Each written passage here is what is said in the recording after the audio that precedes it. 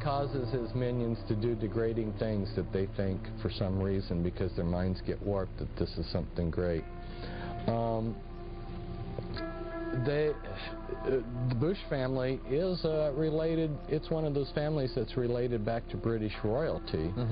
And Bush was head of the CIA. And I think it's significant to point out, if our listeners haven't caught it already, they may have already noticed this themselves, but you had the head of the KGB. You know, the KGB has been running Russia and the USSR, and over here we had the head of the CIA, George Bush, who becomes president, and now his son is running. It should make people realize that at least that the intelligence agencies have co-opted these countries, but it's deeper than that, because the intelligence agencies are being used as a front for these powerful families.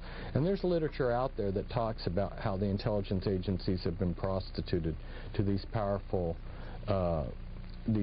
families. In fact, KGB intelligence, a large share of their intelligence, is simply being used to spy on Western industry and companies so that they can take all these trade secrets back for Russian capitalists, or Russian gangsters, I should say.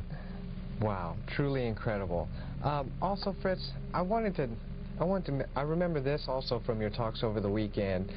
I don't want people to think that you're like the only person out there talking about it, and not just today, but I mean throughout history. I remember you mentioned how Senator McCarthy, most people think out there that McCarthy was just afraid of communists, but it's really, from your research, Fritz, do you really think that was the case? No, it wasn't the case. I mean, I was like everybody else. I only knew what I'd been told until I started reading speeches and talks and things that he had written, and I was blown away. I realized the man knew exactly that there were these powerful families, that there was a world order, and he was going after these powerful families. That's why he went after the Bundys, and of course the Illuminati kingpins in our government thwarted an investigation into Bundy. Yeah, he really understood, and so because he was after these powerful people, these movers and shakers, they have used him as a verbal punching bag. I mean, I've watched, I don't know how many people denegate his name, even, you know, in the last few years. I mean, you think the guy has been dead for a long time, they'd forget him, but Bill Clinton has used them as a punching bag, and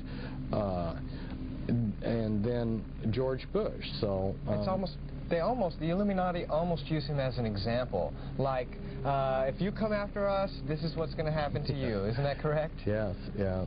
That's totally horrible. Well, I know we just got a few minutes left now, for sure. But before we go, I wanted to ask you, Fritz, how can we, as normal, everyday people, recognize perhaps the policies or the agendas which are pushed on us through the Illuminati front organizations?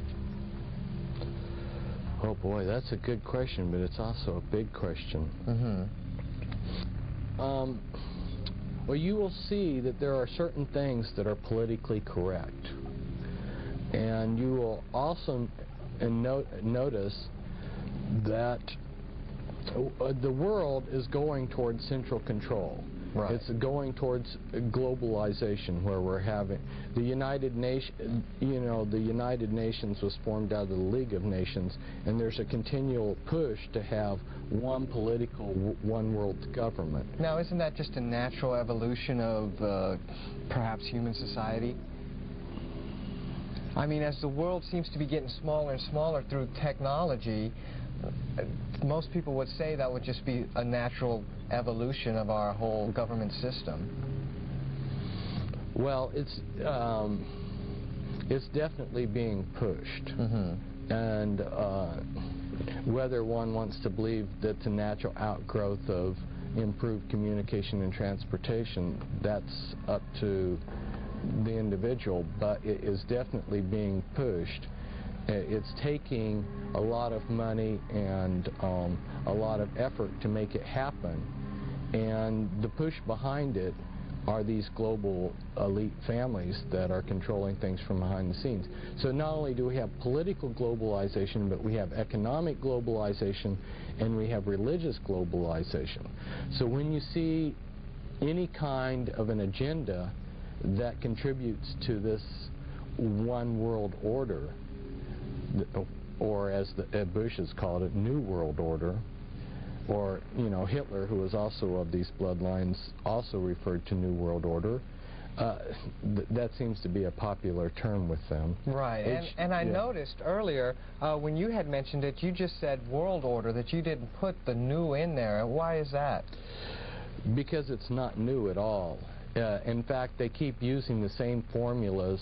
The things that controlled people back in ancient Rome, you know, where they had bread and circus, they're using the same formulas that they used in antiquity on us today. And bread and circus simply means that if you give the common person entertainment and plenty of food, like the junk food we get, they'll be happy. And most people, as long as they have their beer and their football game, are happy. Unfortunately, that is true. Well, I tell you what, Fritz, I really appreciate you coming down here, taking time out of your busy schedule to come give us an interview, and I look forward to having more talks with you in the future. Thank you. It's great being with you.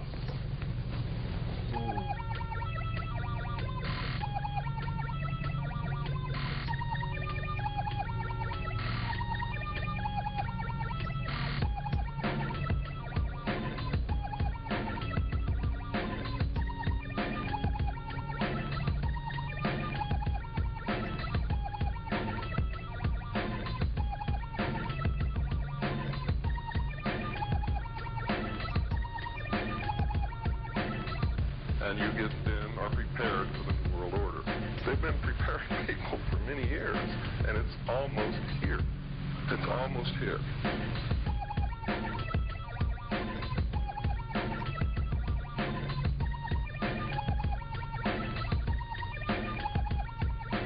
What is at stake is more than one small country.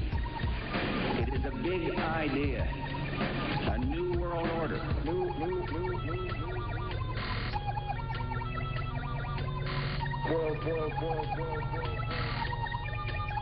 Order.